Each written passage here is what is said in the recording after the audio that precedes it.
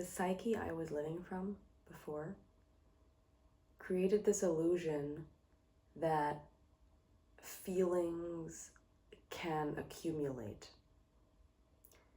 when really it's just your habit of thinking about things and thereby again and again triggering body sensations, which again make you think, and it's a loop forever.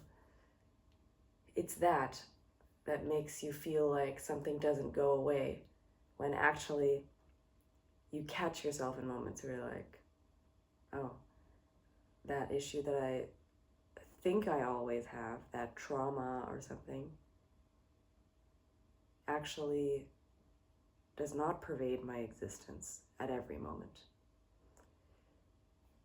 I do not speak from a place of experience with what I'll call trauma with the capital T. And it's a different experience, and I don't mean to in any way belittle that in anyone, or say their feelings and their pain is not real. That's not at all what I'm trying to do.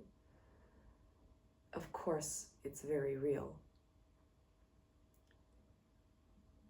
I'm just saying that there is a mechanism behind it that, even in those cases, that can be worked with and subvented in ways that I don't think are very commonly spoken about. This is something that Bonita Roy, for example, talks about when she gives talks about trauma, which I would dearly recommend. I think she's doing amazing work.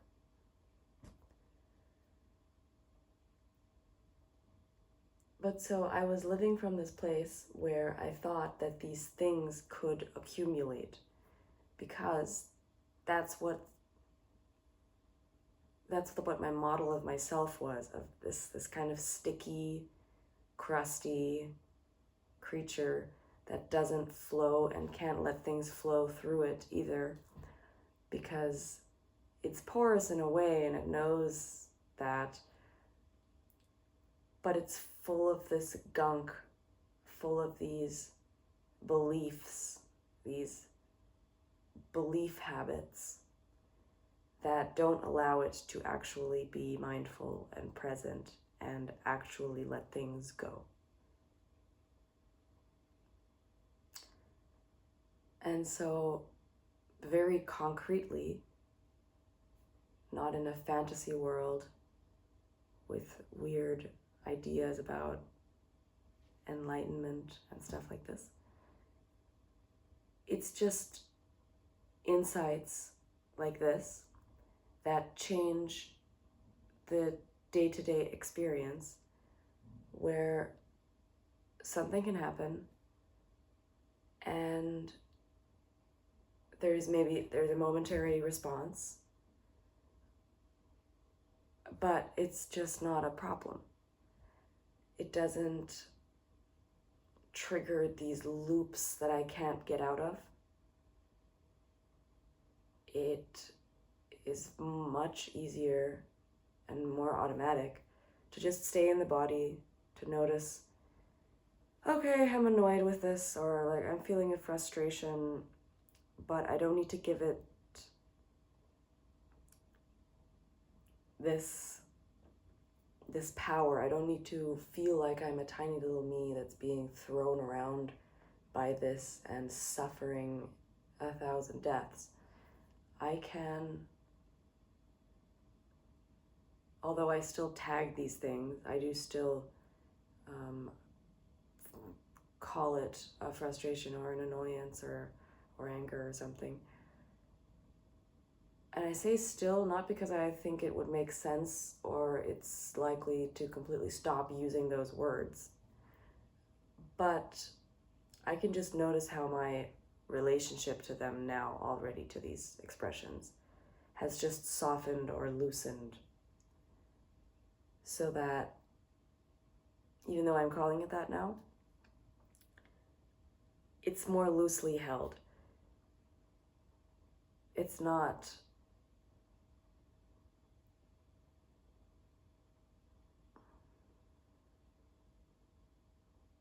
something I need to insist upon, because that's where these things start to be held onto when actually they already want to pass. That when I am holding on to this anger, let's say I've identified I'm angry, I feel the body sensations, I feel a discomfort, and I want to get out of it, and I'm fighting against it. All of that is just me not being open to, maybe I can just sit this out, not take it so personally, and then these sensations will pass. It's completely evolutionarily unsustainable for something like that to remain the entire time, unless I'm being constantly triggered. And in the situations that I'm talking about, normal, everyday situations, there's no reason for that. So I'm really just reporting on how, again, in actual felt reality, just in my life, I'm just much more easygoing and much more relaxed about things, much less anxious and fearful, and much more trusting of myself that I can handle things, and much less doubtful, constantly doubtful, both about myself and others. And there's a sense of real power,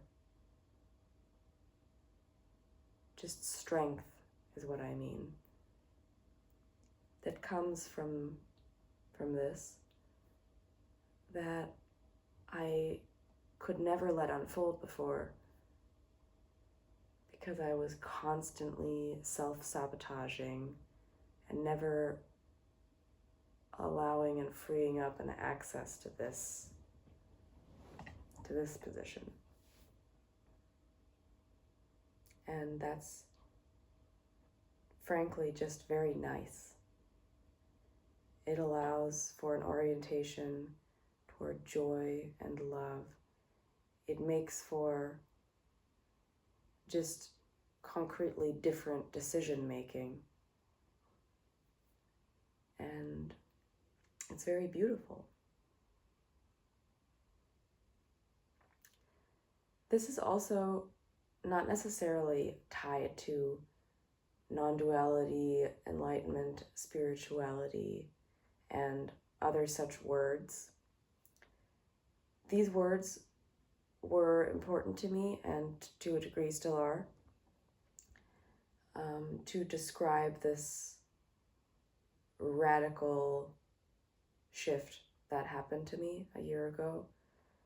And I had this shift happen in the context of those words and people using them.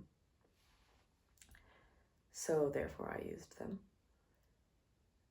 But a lot of these things are also just about maturing and gaining insight through experience into how the mind works. And if you have that drive to strive for a better life and to know that there is more to human existence than this petty smallness, then over the course of your life, you will change things like this. And hopefully also improve how you feel about yourself, how you go about your walk of life, and discover how it's actually so much more sustainable to orient yourself toward joy and love and the things you like to do, really, and and this kind of stuff.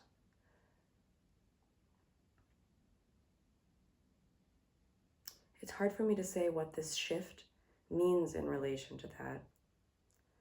It's certainly not the case that every person, as they age, becomes enlightened and realizes, truly realizes, and physically experiences and perceives this dissolution of their little self and lives from there. But I'd venture to say that you would have to be working against a stream to not gain some of the insights, the same insights along the way, just as you age. And realizing something like this earlier on is